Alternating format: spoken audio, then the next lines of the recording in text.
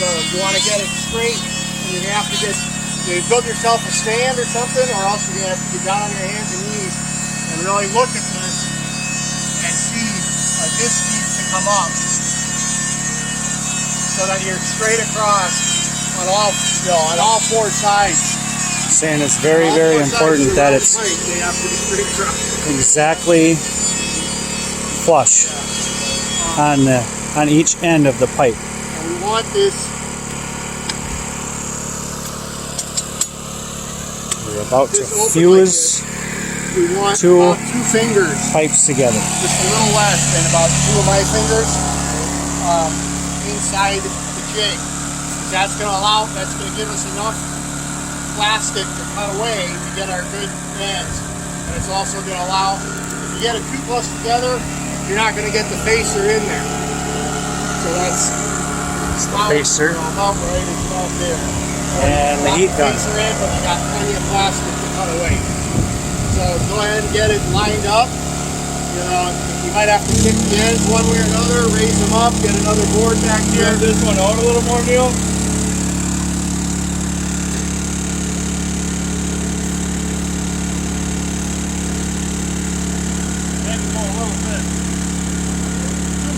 Go. Try that. Alright, Up some more or no? You think you're good? Clamp it. You don't have to, right now, don't snug it. If you clamp it and check it. Bring it together. Now get a good look. Well, yeah, that's the thing. Like this extruded end, it's always gonna get it in all of it. On this end, they'll take a chainsaw. You might have I've seen like a 37-degree freaking angle on it. They don't care. They just want to cut it in half and get on the truck and pull out.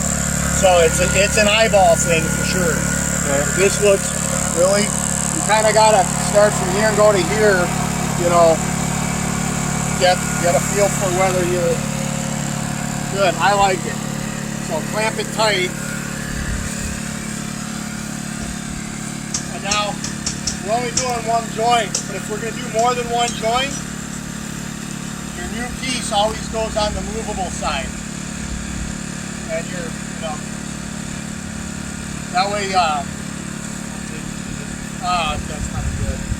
Yeah.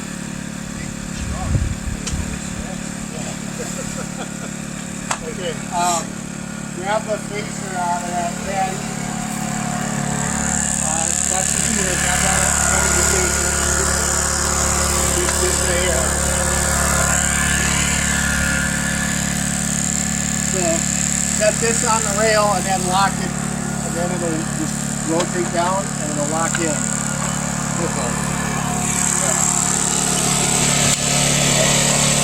Alright. Sorry, I got ahead of myself.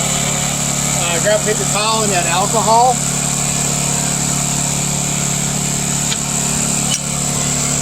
And just give the ends of the pipe just a wipe. You know, it doesn't have to be. We're just mostly getting the dust, debris. If there's anything big on there, mud, we want that gone because that stuff's going to eat up on these blades. The main thing is, once we face this pipe, we're going to have the ends of the pipe, just the very edges, are brand new plastic, never seen the light of day before. We want to keep that pure. So if you're sweating or something like that, don't stand over the joint and drip sweat into it. If it's raining, if there's dust blowing, you got to figure out a way to protect this area off. Talk to Jason about you confusing the trailer if you had. Lock that in. Now we're going to switch this on before we start, and then we're going to start bringing it together. Then you're going to back it off before you switch it off. And then you just listen to the motor, and if the motor's complaining, you're pulling too hard. So go ahead and just start bringing them together. Unplug the heater. All right. So we're just going to give it a test phase here. Go ahead, bring it You want to fog the motor a little bit, but not too much.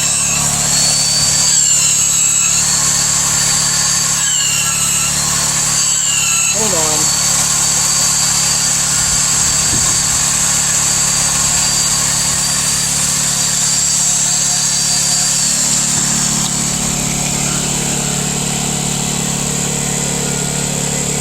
Oh, that grass. So it only took off one side. Yeah, get that garbage out of there.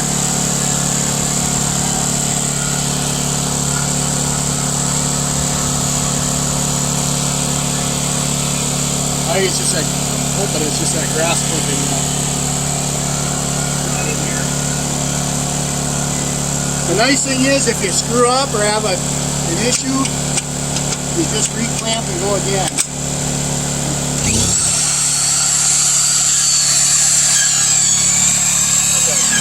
So let's just bring this side in. That's good.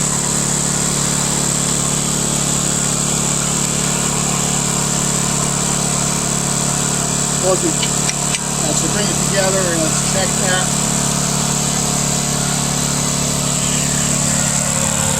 Ooh, shit. See, now we face both ends, so they should ideally be perfect. And we need to loosen this one up, and we gotta see. Hold on a second, let me show you one more thing. So you got a step here and a step here. That's what we want to get rid of.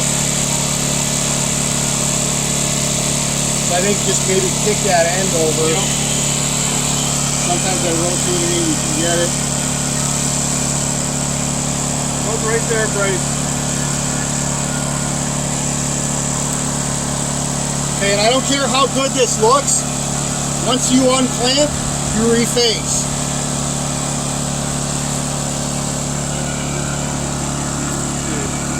Okay. I'll let you do it. Go ahead.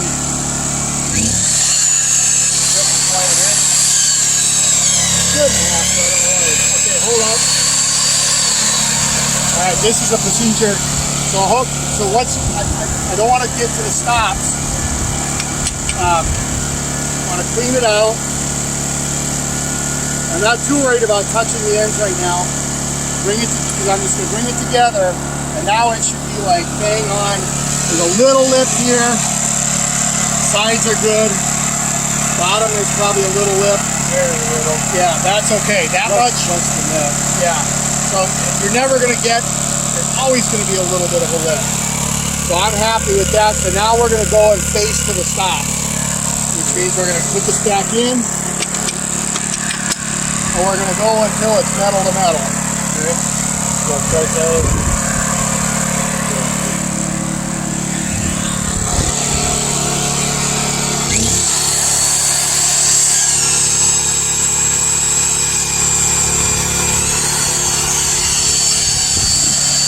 Metal to metal. We're going to back it off first and then turn off. Alright, now lift it out of there, and now this is for all the marbles. We cannot touch the ends of that plastic with our fingers. Okay. So we got to clean that junk out and get the facer out.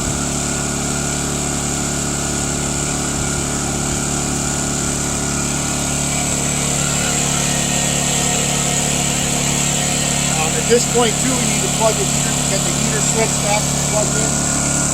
Keep it going, the facer right now. If you've got a strong enough generator, you don't have to do this hard swap-a-rooski. Now, we got a green light blinking and a red light. The green light means we got power, the red light means it's heating. So we want to let it get through a heat cycle, and then we should know. We want it between 400 and 450, so I got it set about like 430 or something.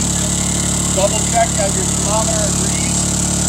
Some people even say you should get one of those, they use them in NASCAR to check the tires, heat gun. So you'll be able to tell when the generator is not plugging down that it's set to go. In the meantime, let's bring that together, just as a precaution, and whatever might be blowing in the wind, land on our joint. It'll probably take a minute. seeing that the iron was lifting out already. That pipe is going to go right through that opening I'd recommend and get pulled down. You can't see it, it's too dark, but get pulled down through the old pipe. check out some videos, real good videos. What they did was come across. They show you how to do it right, and then they show you all the things you can do wrong. And why it's important. Alright, so we should, the red light should be off. Okay. So,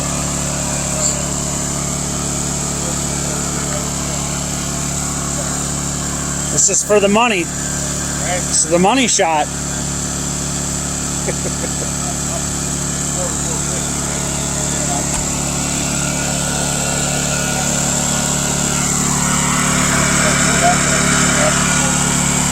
You would set the 475 then.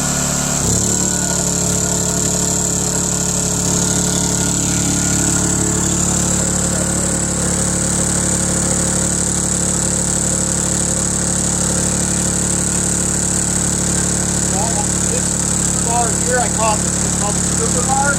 That's going to land in one of these grooves under there, and then that pin is put on our rail. And then we're going to bring this together.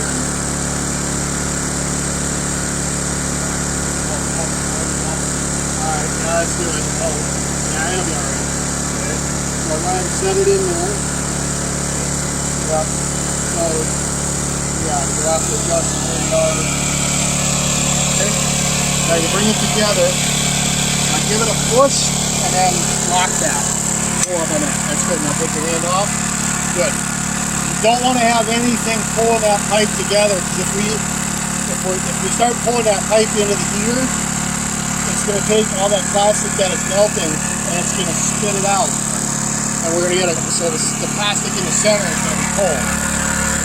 So we're going to watch for, you should see already that plastic starting to swell up right alongside the iron. It's creating these nice beads. When those beads are about 3/16 of an inch, then they'll kind of be around, I guess. Yeah, wide, I guess. When those beads are 3/16 of an inch or so, that's when it's time to pull the iron. When we pull the iron, you don't have to worry about the latch, it'll just ride. Whatever you do, don't kick the pipe at this point either. Open it up, let the stripper bar strip the iron from the pipe, and then pull it straight out. Don't hog the pipe, left and right. Just put a divot in it, and then that's what it's done right. So don't have to worry about the latch. Just open it up enough to get this iron out. Iron top on both sides of the pipe. Get the iron as quickly as you can into the caddy, and then we're going to bring it together, and I'll tell you when to stop. It's kind of like, basically watch the beads, and it's like a circuit blade. When you go over and touch the pipe, that's what it looks like. You go over and touch the pipe, and that's it. And then we walk away until it cools. Be about 10 minutes.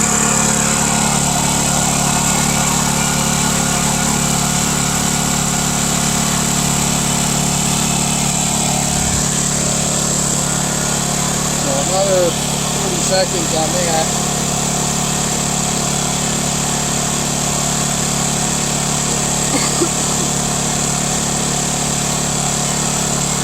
Yeah, you want to do it, Bill? Sure. So, yeah. Pull that out. Do it apart? Yeah. Good. Go. Stop. Yeah, that's all. Now this latch, that's good. Yeah, that's going to keep it. So now, when you can put your finger on that and count to 10. Switch is on this side. On this side as well. Stop shouting here. When you can put your finger on that and count to 10 without any pain, then that's the rule of thumb. That's when that's cool cool enough. Yeah. What if we have a low pain tolerance? It's not a test of your manhood, Jason. Okay, that's good because I'm pretty sure I'd lose. One other thing I should mention, you notice is these little clippy deals. Yep. Those are holding in what's called, they call them liners. Without those liners in there, you can do 4-inch what's called DIPS pipe, which is just a little bit bigger diameter. So I kind of glossed over that. That's one thing you check before you head out, to make sure you got the right liners for the pipe that you're fusing. Yeah. So this one will, you can get liners, I think they do all the way down to 2.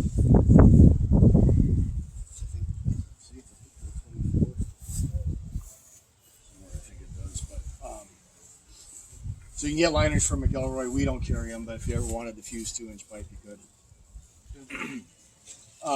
These plates here, that's a wear item. You see they're getting a little bit of a ring on them. If that ring gets to be to where it's really, there's just a shadow right now. If it's like a buildup, you're not going to get good heat transfer into your pipe, and you're going to start failing joints. So when that, before it gets to a buildup, you can clean that off. I don't know exactly how to clean it off, other than with rubbing alcohol, and because you can't, that's Teflon on there. You can't go to town on that with a Brillo pad. So keep that clean, and by wiping that every time, like we did beforehand, that's gonna help with that and not build up quite so much. How long does it usually take to cool? About 10 minutes or so. Okay. Yeah, we wrap all this up. Yeah,